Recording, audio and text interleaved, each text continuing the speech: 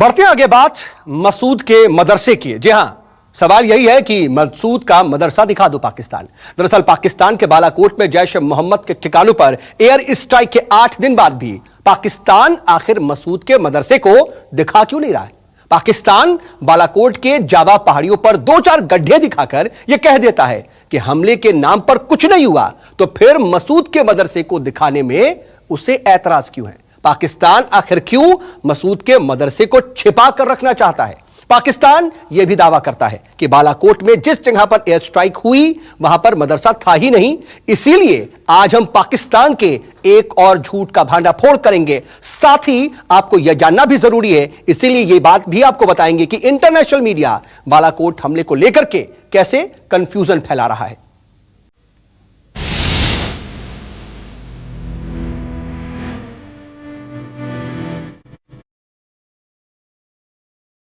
पाकिस्तान के बालाकोट में जैश ए मोहम्मद के ठिकानों की यह पहली तस्वीर अंतर्राष्ट्रीय न्यूज एजेंसी रॉयटर्स ने जारी की है। सबसे पहले आपको बता दें, ये तस्वीरें कहां से आई, कैसे आई, किसने ली और कैसे ली।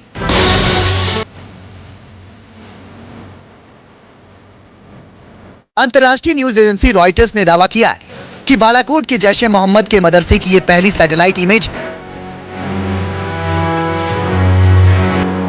रॉयटर्स का दावा है कि यह सैटेलाइट इमेज एक private satellite operator company planet labs ने जारी की है।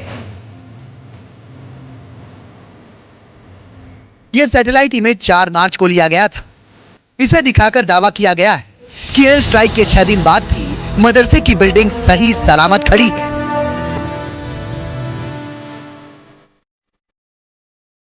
इतना ही नहीं, रॉयटर्स का यह भी दावा है कि 4 मार्च को ली गई मदरसे की यह तस्वीरें 2018 में ली गई तस्वीरों से कुछ भी अलग नहीं है। ना इमारतों की छतों पर कोई छेद नजर आ रहा है और ना ही इमारतें टूटी हुई दिख रही। अब रॉयटर्स की दूसरी तस्वीर देखिए।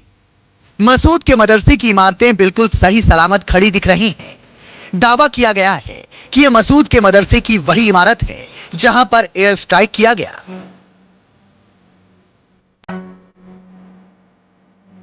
तस्वीर में साफ साफ दिख रहा है कि जावा पहाड़ी पर जैश ए मोहम्मद के मदरसे की बिल्डिंग बिल्कुल ठीक ठाक हालत में है।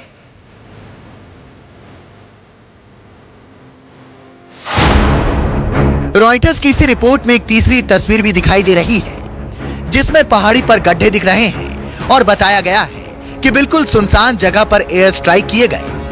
अब तक आपने तीनों तस्वीरें देखी और इन तस्वीरों को देखने के बाद कोई भी पहली नजर में कह सकता है कि हमला मदरसे की बिल्डिंग पर नहीं हुआ। लेकिन वेब पोर्टल द प्रिंट ने रॉयटर्स की सैटेलाइट तस्वीरों का हाई रेजोल्यूशन भी छापा है।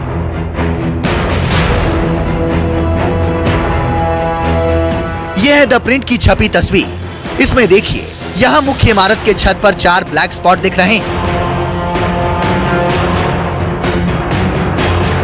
इस तस्वीर के जरिए द प्रिंट ने दावा किया है कि ये 4 ब्लैक स्पॉट स्मार्ट बमों के भेदने की तस्वीर हो सकती है। हमले के बाद छत के ब्लैक स्पॉट को नई लोहे की शीटों की मदद से मरम्मत कर नए सिरे से पेंट कर दिया गया है। लेकिन द प्रिंट ने दावा किया है कि नुकसान तो हुआ है, लेकिन जितना बताया जा रहा है उतना कम से कम सैटेलाइट की इमेज में नहीं दिख रहा। लेकिन वायुसेना प्रमुख बीएस धनोआ ने साफ साफ कहा है कि हमने टारगेट हिट किए। लाशें गिनना वायुसेना का काम नहीं है। Air Force is not in a position to clarify that how many people were inside it. That we don't count human casualties. We count what targets have we hit or not hit. Time 7 there, please. The bomb damage assessment that is done post a mission calculates the number of the target you've been hit or you've not been able to hit. We can't count how many people have died. That depends on how many people. अब सवाल उठता है कि अंतर्राष्ट्रीय media हमारे air strike पर क्यों confusion फैला रहा है और क्यों हमारे वायुसेना प्रमुख ठोक कर कह रहे हैं कि हमने टारगेट को पूरा किया है। इसे समझने के लिए इस बुलेटिन के शुरुआत में हमने जो तस्वीर दिखाई थी वो एक बार फिर आपके टीवी स्क्रीन पर है।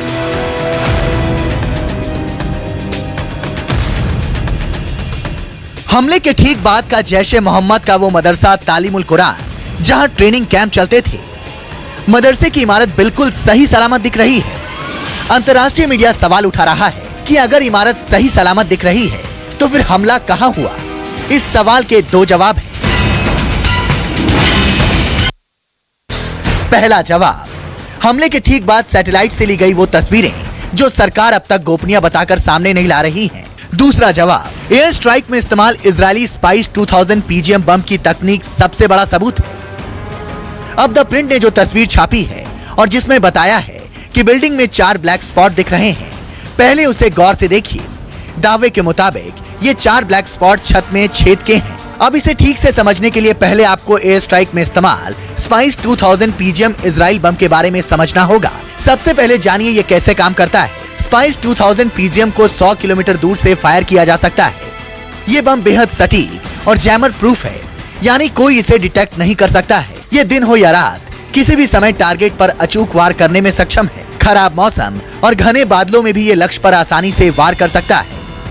अब ये इजरायली बम कैसे हिट करता है, इसे एक तस्वीर के जरिए समझिए। इजरायली बम जिस ठिकाने को टारगेट करके गिराया जाता है, सिर्फ उसी को हिट करता है। आसपास की किसी भी इमारत या कंस्ट्रक्शन को कोई नुकसान नहीं होता। स्पाइस 2000 बॉम्ब यूज हुआ है तो उसका फुल फॉर्म होता है smart, precise, impact, cost effective. इसका यह मतलब हुआ कि ये वो बॉम्ब है जो डम बॉम्ब को हम कन्वर्ट करते हैं एक लेजर गाइडेड या एक प्रिसिजन वेपन के अंदर।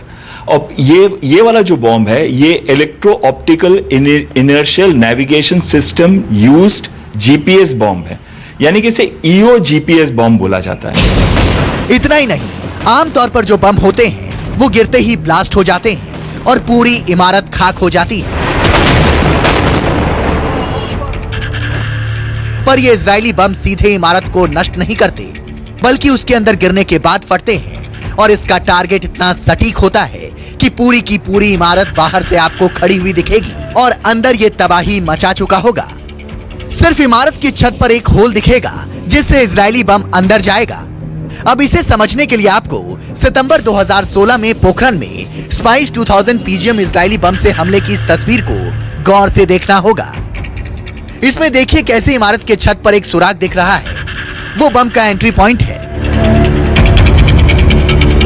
पोखरण में देखा गया कि इमारत ज्यों की त्यों खड़ी रही और अंदर बम ने पूरी तबाही मचा दी। मतलब अगर बाहर से देखेंगे तो आपको लगेगा कि कुछ नहीं हुआ, लेकिन अंदर ये बम अपना काम कर चुका होता है। ठीक ऐसे ही अंतर्राष्ट्रीय मीडिया हमले के बाद जैश ए मोहम्मद के जिस मदरसे की सही सलामत इमारत को दिखा रहा है, दरअसल ये देखने में तो सही सलामत दिख रहा है, लेकिन इसके अंदर जो भी होगा वो खत्म हो चुका होगा।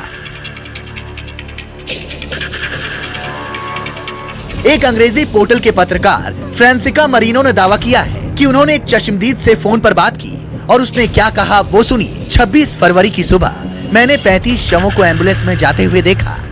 पाकिस्तान की खुफिया एजेंसी आईएसआई के जाने माने अधिकारी कर्नल सलीम मारा गया, जबकि कर्नल जरार जाकरी जख्मी हुआ। आईईडी स्पेशलिस्ट जैश ए मोहम्मद का ट्रेनर मुफ्ती मोइन भी मारा गया।